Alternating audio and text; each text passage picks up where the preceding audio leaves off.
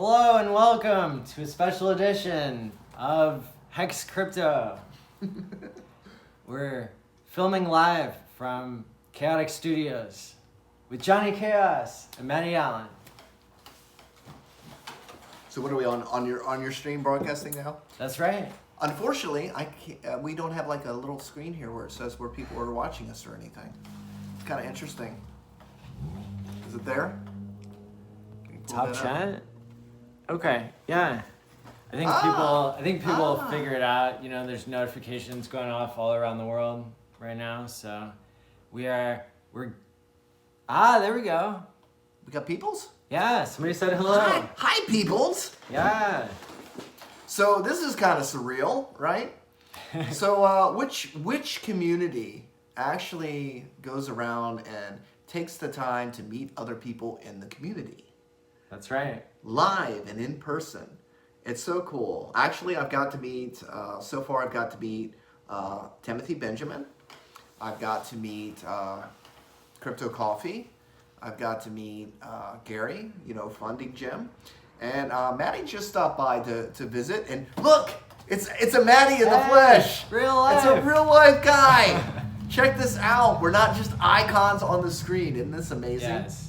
Our simulations have merged. It's like real life, and actually people that you want to meet. It's not just people that you talk to on the internet, It's like it's surreal though. It's like when you meet each other in real life, you're kind of like, you look a little different than the screen. It's weird. There's no screen here. Yeah.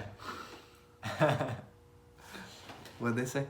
We rule. Yay. So it's crazy. It is a crazy experience, to actually meet people in real life in the crypto space. And guys, it's interesting to me because I never thought about, coming forward and actually talking about crypto, and never before had I ever thought about being a part of,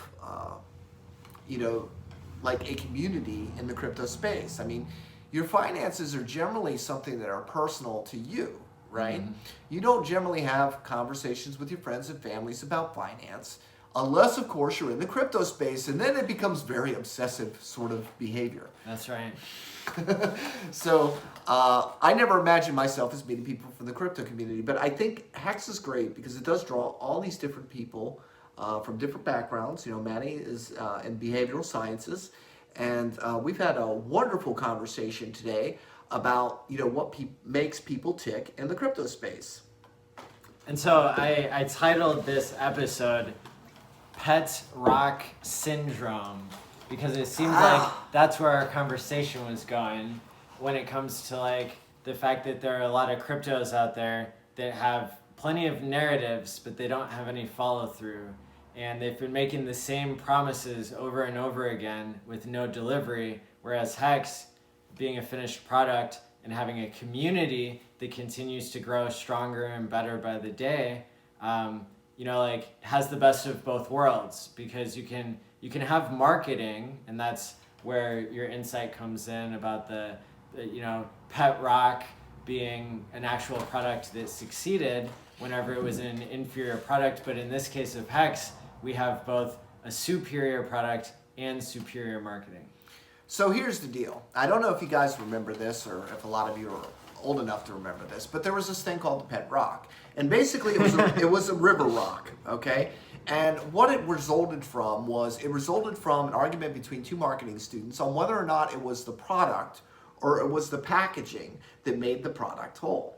And, sometimes we think in HEX, okay, we've got a superior product, and sometimes we feel like, maybe we don't need to package it so well. Maybe it doesn't matter what we say or how we present ourselves because it's a superior product and we don't have to push it. Well, what a Pet Rock showed was that it was a bet between two individuals. One said it was marketing and packaging, and the other one said that it was the product that was the most important. And obviously we know who won the bet, because the guy that voted on packaging and marketing was the guy that actually won the bet, because he sold $1 million worth of these river rocks, which I can go outside and grab one right now out of my driveway and send it to you for $5. That's right.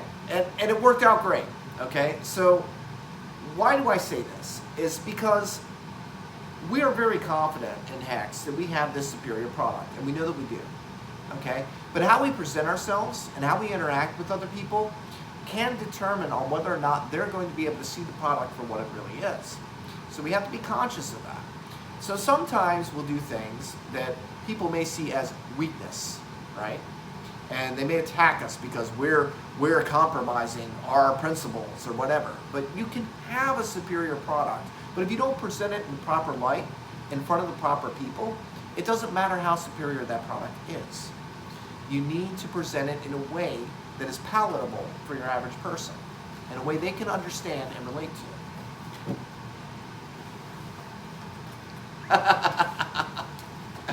Maddie's got his diamond. That's the thing. If you come visit me, guys, I give you one of the diamonds so that and that's palatable marketing that people can understand. It is. If you understand that your marbles are not marbles and they're actually diamonds, and you start treating them like they're diamonds, you know, it's the same thing, right?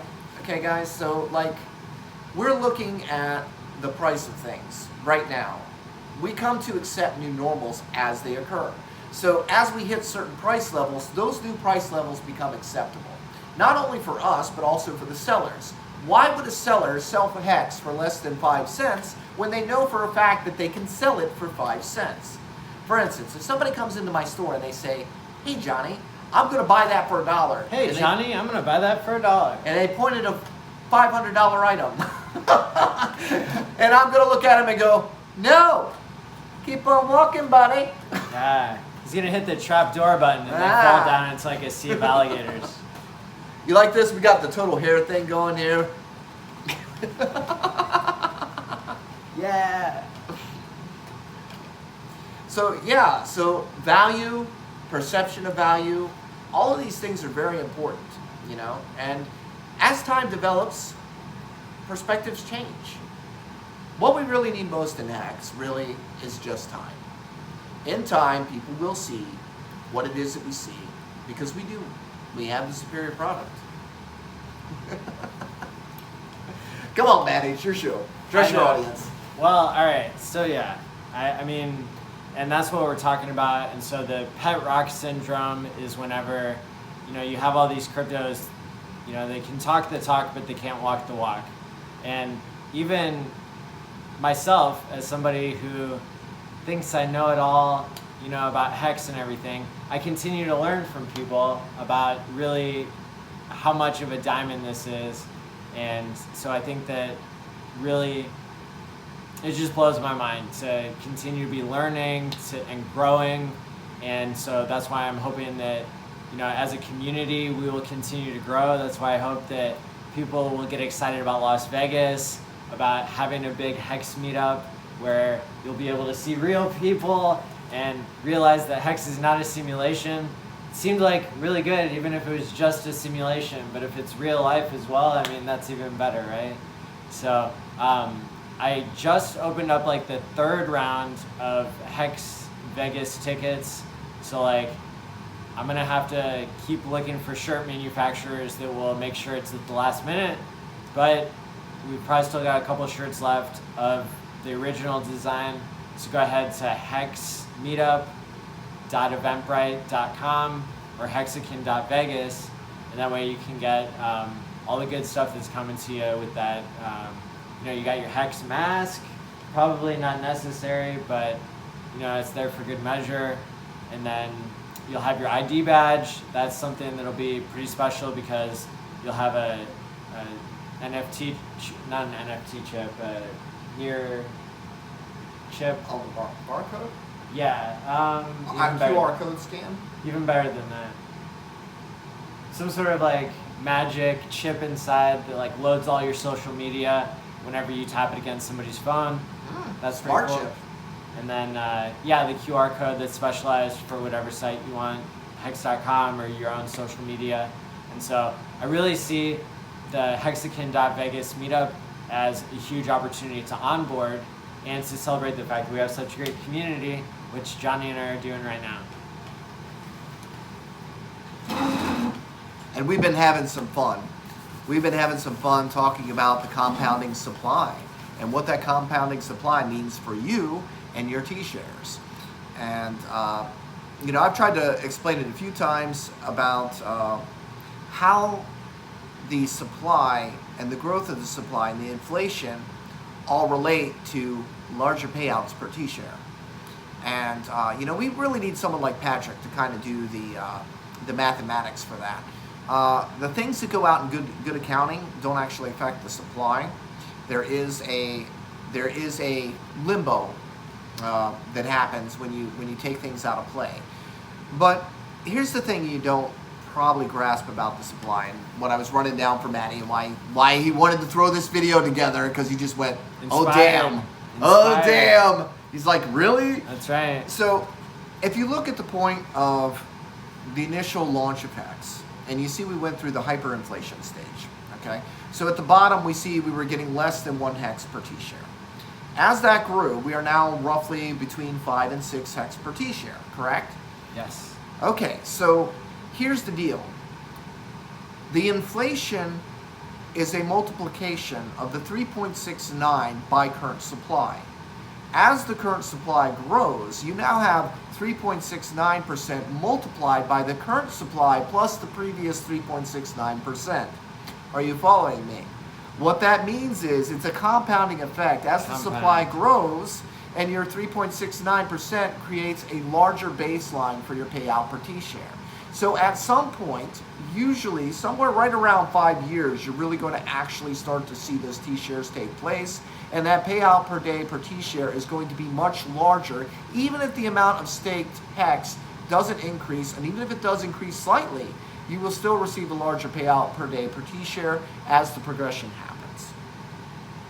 Hopefully that breaks it down for you guys. But you'll have to do the math to figure out how that works. And so then it'll be even more of a force multiplier, I think, because the number of total T-shares in the system is going to decrease because of the increasing share rate and because of people wanting to take their profits. And so at the end of the day, you have more and more HEX being paid per T-share, and if you're staked long, then you have less and less T-shares existing in the pool that get that full payout. And so the bottom line is that what we're seeing now, it's only nothing. Small, we're seeing nothing right now. Yeah. It's only a fraction of what's to come. And so that's why staking long, it's like continuing to seem like more and more of a good idea to me. Because I always knew longer pays better, but we didn't say how much better. It's much better than you think. Yes. Yeah. But again, if you are not one of those people that can honor your commitment or longer term or see to that far point in the future, you might be better off liquid. If you're looking for that quick cash out, you want to be liquid. I'm not one of those people that's going to tell you to stake and tell you you have to stake long. I am one of those people that's going to say, look, you have to do this within the parameters that you know that your level of ability is. Because if you try to lie to the truth engine, it's going to absolutely undo anything that you have done. It's going to undo your progress. If you go to stake for a year and you in stake at 6 months, guess what? You're surrendering all your interest to the stakers anyway. You would have been better off just leaving it liquid, and you would have been just fine, right? So you have to be able to work within your limitations. That's why you set your terms in HEX. Nobody else chooses those terms for you. You do. Set the ones that you can honor. Now, if you want to know how that's going to incentivize you in the future, it's going to be glorious. But here's the thing. You have to last that long. You have to be able to make that commitment and stick with it before you can start to see these results. So at 5 years, when you start to see these results and you start going, oh my God, look at the payout per day per T-share. I had 1,000 T-shares. What did I do with my 1,000 T-shares? You'll know. You'll know what you did. That's a P-share. And so, you're going to have to set up a ladder for yourself, especially if the gas fees are low enough and if you're able to delay gratification over a period of time. Because as we've seen so far, people who got into HEX in the beginning, they're able to set up ladders so that they have something coming out every year or so many times a year. And even if it's just every 5 years, you're creating a ladder for yourself where you're able to have a savings plan that you can roll into the future and continue to live off of, and continue to have the kind of appreciation that we've seen in Bitcoin. Bitcoin went up 5 million X, and the whole time miners were dumping the price, and barely even 1 or 5% of people in the world adopted it, right? So it had poor adoption, it had poor game mechanics, it's spaghetti code. There's like 1,000,001 reasons why HEX is better from a technical standpoint. And so that's why I think all these onboarding efforts, and for us to even understand, like even if just the people in the HEX community understood how valuable it is, I would say, I would say like the price will continue to rise because there's always going to be a need for people to have savings and for people to be able to create value. And the thing is, here's the thing, okay? I was watching the HEX Australian video where they talked to the Bitcoin Maxi, and I think you guys did a fantastic job. I just want to throw that out there. Nice. But what's really interesting is the fact that we got to understand that these Bitcoin Maxis actually feel they're being attacked, like we feel like we're being attacked, okay? And you have to psychologically relate on their level and realize the fact that they're defending their reality bubble, okay? We defend our reality bubble. Our reality might actually be reality, but nonetheless, we defend our space. We defend our reality bubble. They are actually under attack by the financial vector. They are under attack by any new project that comes along, and they are struggling. They need to know that we're not here to challenge them. We are here as a separate sort of investment, okay? We're not trying to take away from what Bitcoin's accomplished or what Bitcoin has done. We're trying to improve on it, and that's what innovation does. Innovation comes out with new things. Why do you think there's a Uniswap V1, V2, V3? Because they are slowly increasing and improving what they have to offer, okay? Every innovation is resisted initially, subjected to scrutiny, and the loudest amount of people yelling, "No, it's not possible," is exactly where you want to look. Why? Because these are the things that can potentially change people's realities. And that is where you're going to find the highest level of resistance, at these things that change people's realities. We're not willing to accept reality changing as easily as you would think, right? We're highly resistant to those changes. You wouldn't expect to see that in an innovative state, but people, what is I'm looking for? Horse and buggy, cars. Horse and buggy, cars, This guy- airplanes. This guy didn't do so well with Bitcoin. What did this guy have? He had is these okay to pick up? Oh, go ahead. This guy had XRP, Small brained. Yeah, he's counting the bodies. I think Maddie's having way too much fun. And so the bottom line is, the Bitcoin people, they better be nice to us because who do you think's gonna buy their bags whenever we 1,000x higher just for novelty value, just rub it in their faces that we have more Bitcoin now than we started with. But see, rubbing it in their faces doesn't help them much. But I mean, we're buying their bags. We're buying their bags. It doesn't. See, and that's the first step. Okay, that is the first step. That they've got. Matty wants to be cruel. He wants to be cruel. But here's the thing. Okay, so when the airplane was invented. Okay, before the airplane was invented, people were screaming that men were never going to fly. Okay? When the automobile was invented, before it was invented, everybody was screaming that there would never be such a thing as horseless carriage. If you took your cell phone back with you 50 years into the past, you'd be locked up because they would think you were an alien. Okay? If you took it back another 50 years, you'd be burned at the stake for witchcraft. Okay, so innovation is always resisted. Change is always resisted. Although we would not expect this in an innovative space, people are no different in this space than anything else. They know what they know, and that's all that they know. And if they've been successful with what they know, they are not incentivized to learn anything more. Okay?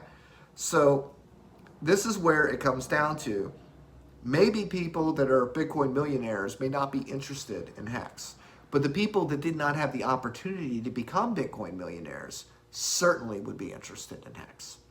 So maybe our focus is not so much to fight with the former system as it is, but to build our own system outside the space and give people the opportunity that they may missed out on years ago because they didn't recognize the opportunity.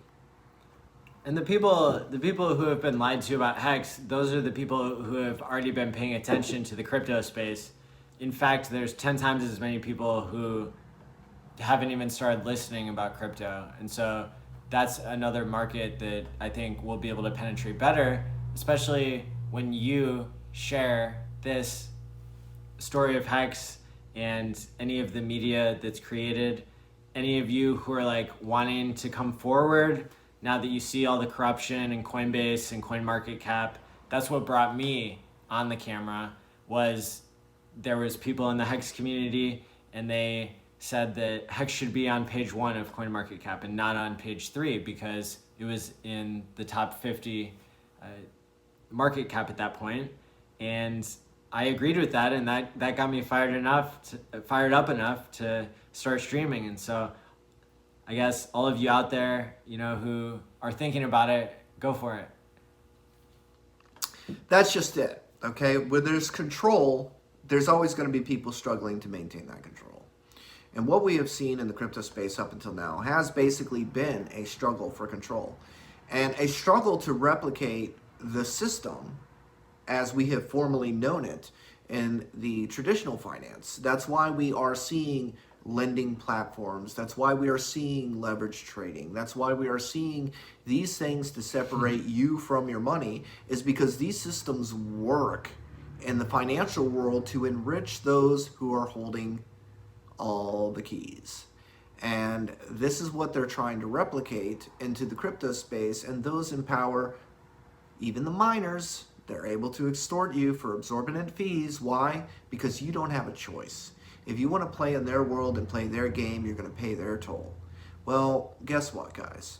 We're not here to play their game and pay their toll. We're here to create another environment altogether where the rules are straightforward and you earn by honoring your own word. You hold your keys. Somebody's laughing at me.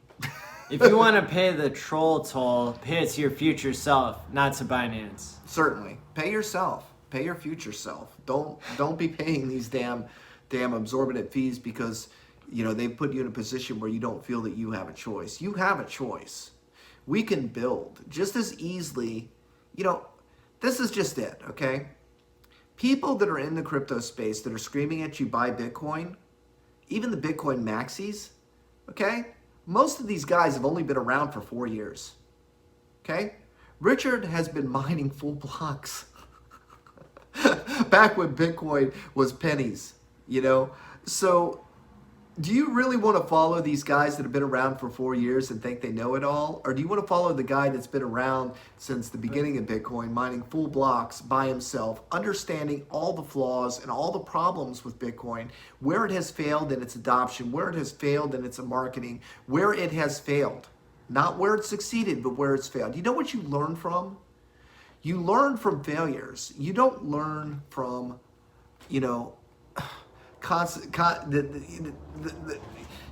just being handed things, right? So if you're able to look at something and see where it has failed, then you're able to build on that, make the changes that are necessary in order to make the solutions to the problems that weren't addressed. We're building on the shoulders of giants because HEX was originally given to Bitcoin holders. And then all of us Bitcoin holders, we saw the light and realized that this was something of value that was underappreciated and that was misjudged by the crypto space. And so we became hexicans, and now we're reaping the rewards of that belief system and that good judgment that we had, right? And so it's the critical thinking that's rewarded in HEX that really stands out from the rest of the crypto space. People, they're always trying to come up with like, what's the best name for the next coin, That's copied from somebody else's homework. Safer Moon. Yeah. It's all like copycats and promise coins. Like some of them don't even promise anything. They just copy the promises of others. Whenever in some cases, Bitcoin, sure, it gave the first example of something that was more of a finished product than a project, but yet it continues to have to be maintained. Whereas HEX, being locked in that 2019 block of Ethereum, like the code is set, and that's why we can't even change it now to fix the fee problem. But thankfully, our solution is going to be to copy the Ethereum network and airdrop and save everybody in the Ethereum ecosystem. So that's not a bad deal either, is it? And the thing is, necessity is what drives solutions, what drives people to be innovative and creative. So if you have a scenario like with Ethereum, okay, and Ethereum network is the only network that everything's built on, blah, blah, blah. They can pretty much charge whatever gas fees they want, and you just have to suck it up and deal with it. Why? Because there is no competitor at this point. There really isn't. So what happens? You have to create some kind of competition, because there is no benefit for them whatsoever to make any solutions, any creative developments or anything, because they don't need to. You don't have a choice. Pay their fees or don't use it. That's kind of where they can stand, and they can do that because there's no competition. So out of necessity, what needs to be created is a bit of competition, or an alternative, I should say. That way the people have their ability to choose on whether or not they want to pay absorbent fees, or if they want to migrate to a new network where they can actually do the functionality that they want to do without having to pay miners absorbent fees. And if that happens, guess what happens? If that option now becomes available, Ethereum has no choice but to respond to that. And they either A, drop their fees to be competitive, or B, become obsolete. And you could be like this guy and wait for Ethereum 2.0 to come out, or you could be like this guy and wait for HEX to fail. But either way, you're looking like this. So thanks everybody for tuning in. Johnny and I are going to go back to having secret green room conversations in real life. But we've really enjoyed sharing this part of the conversation with you, and we hope that we'll meet you all in real life someday as well. Take care, folks.